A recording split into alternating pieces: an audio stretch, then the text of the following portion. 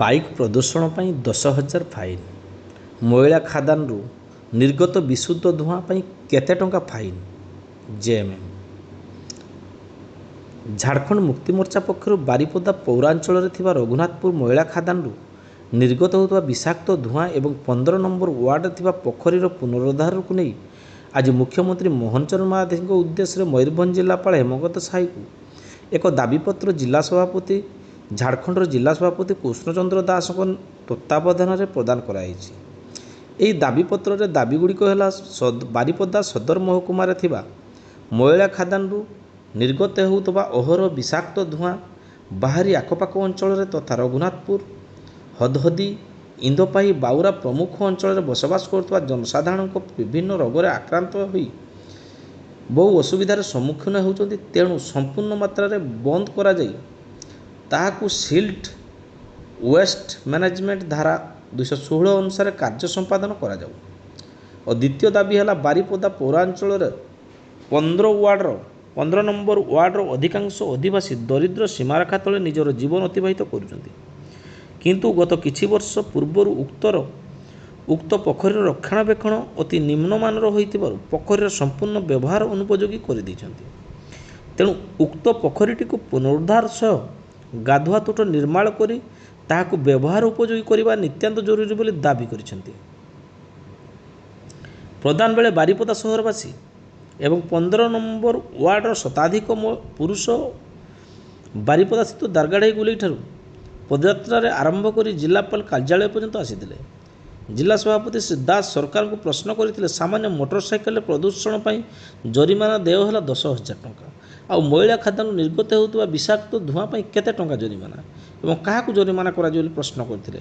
ଉକ୍ତ କାର୍ଯ୍ୟକ୍ରମରେ ଝାଡ଼ଖଣ୍ଡ ମୁକ୍ତିମୋର୍ଚ୍ଚାର ଜିଲ୍ଲା ସଭାପତି କୃଷ୍ଣଚନ୍ଦ୍ର ଦାସ, ଜିଲ୍ଲା ଉପସଭାପତି ରାଜା ହେମ୍ବ୍ରମ, ଟାଉନ ସଭାପତି ତରେନ ସେନାପତି, ରାଜ୍ୟ ପରିଷଦ ସଦସ୍ୟ ସୁଦୀପ ବେହେରା, ଛାତ୍ରନେତା ଅଭିଷେକ ଦଣ୍ଡପାଟ, ନାରୀ ନେତ୍ରୀ ସବିତା ଗୋଚ୍ଛାୟତ, ଗୀତା ବାଗ, ପିଙ୍କି ବିନ୍ଧାଣୀ ପ୍ରମୁଖ ଉପସ୍ଥିତ ଥିଲେ।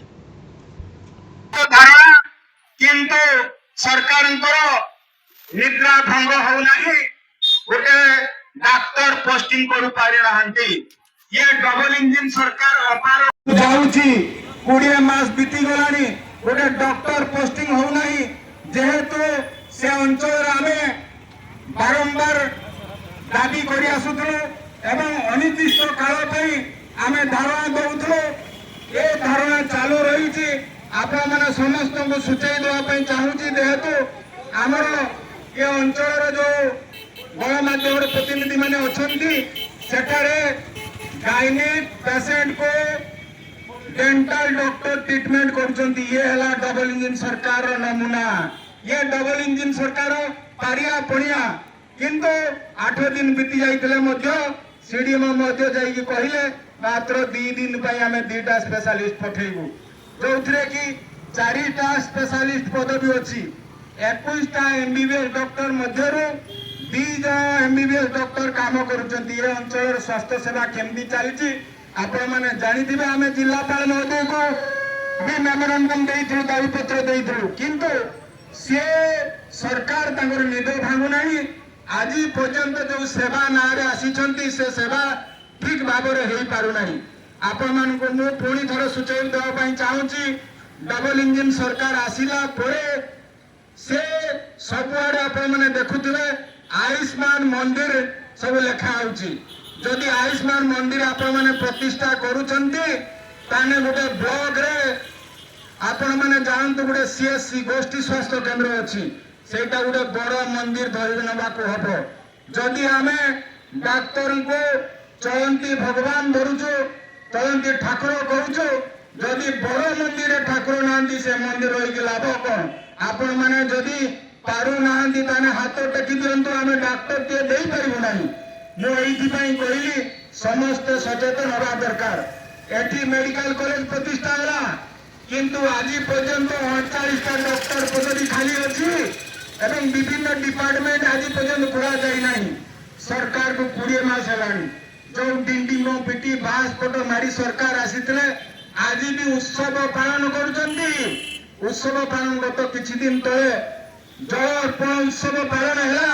से जल उत्सव मु सबुआडे देखिली गोटे एडवर्टाइजमेंट बाहरी जल अर्पण उत्सव गोटे एग्जांपल दउची उदाहरण दउची आपण माने जानतो पूर्व सरकार जो वसुधा योजना आईला से वसुधा योजना आज पर्यंत बहुत जगह कंप्लीट हो पारि नहीं एवं जो गुड़ाक कंप्लीट होइछे से गुड़ाक 70% चालू नहीं। सरकार मंत्री हूँ अंचल विधायक हूँ तल स्तर को जातु रिव्यू करंतु एवं प्रकृत तथ्य नहीं कि लोकों पाखु आसतु कारण ये लोकों बोलाउवा सरकार लोकों गुहारी शुणुना आमे तो निजे देखुचु तेणु ये लोकों सरकार जो बोलाउची से लोकों अत्याचार करने आसची साधारण लोक गुहारी टे कहले गुहारी शुणा जाऊ नहीं। मोर गोटे आपण मैंने समस्त को जना थो आमर भी माननीय प्रधानमंत्री नरेंद्र मोदी जो कहते हमको रील नहीं चाहिए हमको रियल चाहिए। ये रियल क्या है? रील तो मंत्री रे चलुची रील तो विधायक चली किंतु रियल कार्यक्रम केबे आम अपेक्षा करिछु।